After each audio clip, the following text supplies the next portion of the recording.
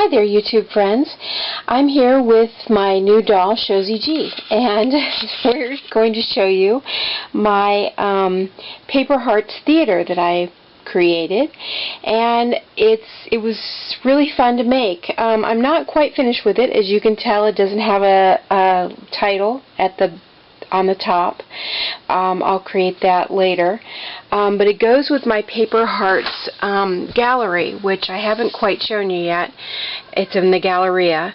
But this is, or Paper Hearts Art Museum, that's what it is. What I did is I took a box, and this box was from our generation kitchen set. And you can tell next to Shozy G how big it is. Now she is standing down a little ways from it, but it's still good size. It'll fit her inside it if I was to have a play or something for the dolls. And inside this is an amazing huge wrapper. And that wrapper actually came from this giant heart. Isn't that cool? It was full of chocolates. And no, this was not my heart full of chocolates. And I did not eat any of these chocolates.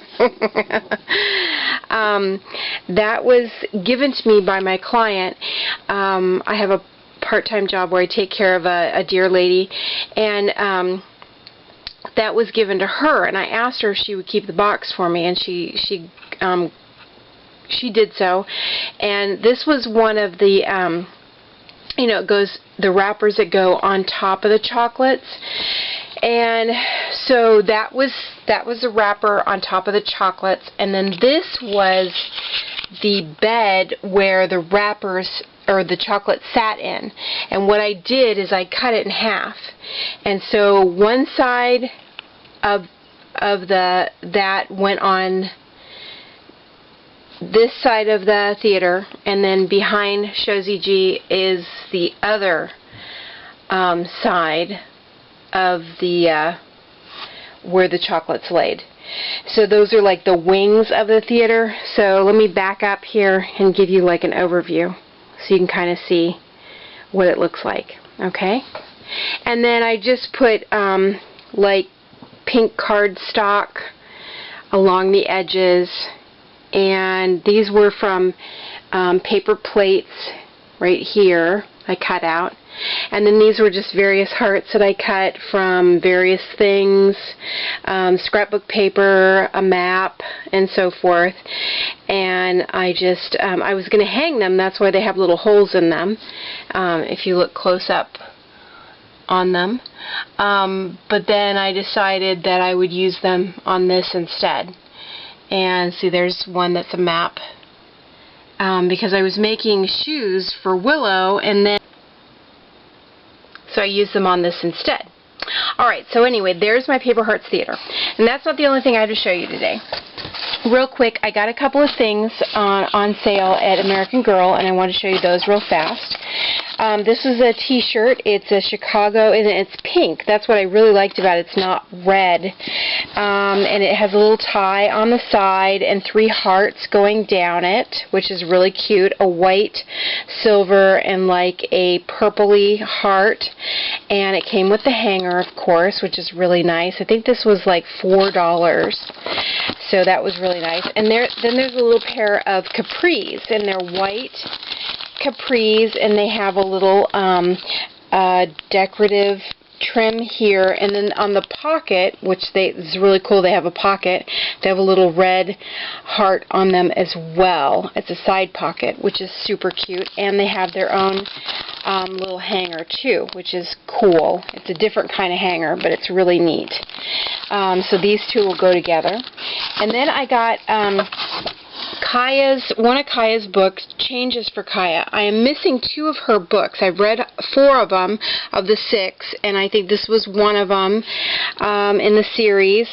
And, oh, this is number 6. I'm missing number 5 still, I see.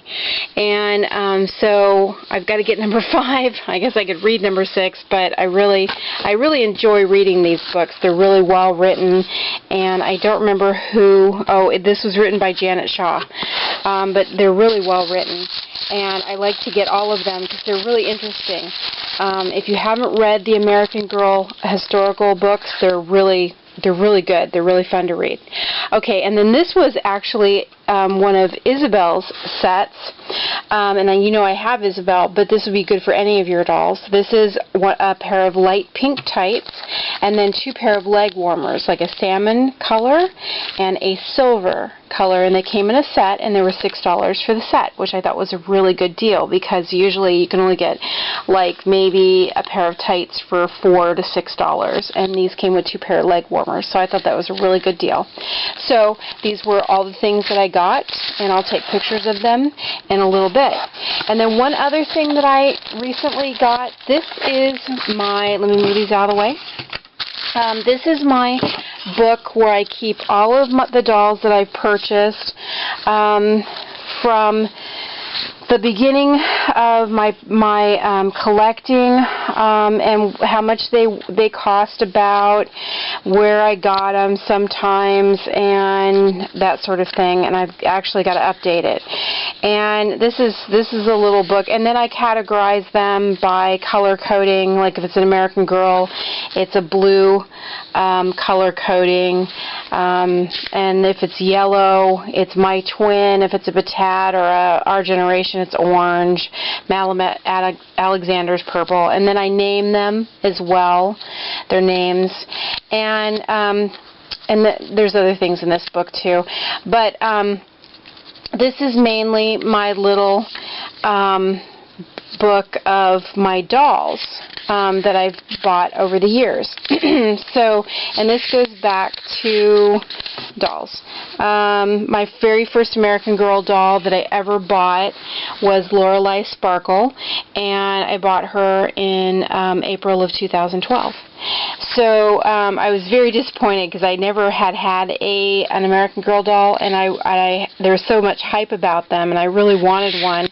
And when I got her, her limbs were loose, and I felt that I spent way too much money for her, and I just really didn't like her at all. She had a wig instead of her hair being rooted, and I just didn't like her at all. I thought, oh my gosh, what is all the hype about? And I was very disappointed. And so I still have Lorelei Sparkle, of course. She looks like Molly, and so I've come to really like her. It took me a very long time to like her, but I finally come to like her. But anyway, so these are all my dolls, and I have quite a lot of them. I don't really want to tell you how many I have, but got a lot, and you might have already seen that. But this is a new book that Karen Mama 3 talked about from the Book Depository, but I got mine from Amazon for super, super cheap.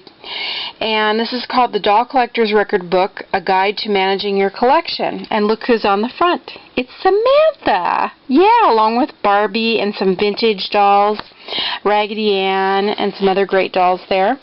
And this is really cool. You can actually put a photo and all kinds of great personal history and markings and all kinds of great stuff in here. And it gives you an example right here in the front. Sorry, I'm trying to get to it. Like here's one, for example. You know, when you bought the doll, what the doll's name is, when she was issued, when the issue date was closed, what kind of markings she has on her, all kinds of things. You know, what her gown looks like, why it's unique, and, you know, everything, and what she's supposed to be representative of, and then the value history of it, personal history, like if you've taken it places or it's been at a doll show, acquisition information, how much you paid for the doll, where you bought it at, if you bought it online or at a gallery or something like that. And so it goes, they have 2 of them, for example, in there. And this whole book is empty, and you can add your own record. So that's what I intend on doing. So I have not just my little book, which I'm always losing this little book, misplacing it basically, but I can categorize all of the things that I've worked on in here in this one a little bit better, and then I can tab it on the top as well, color code it like I have here, and it can be a little bit more efficient. So I wanted to tell you about this so that you can maybe take a look at something like this for your doll collection as well. Alright, thanks so much. And this is by Marlene Hockman, and you can find it at the Book Depository, which usually has free shipping, or you can find it on Amazon for super cheap, and their shipping is only $4, usually $3.99. Okay, thanks for joining me tonight, and have a good evening. Take care. Bye-bye.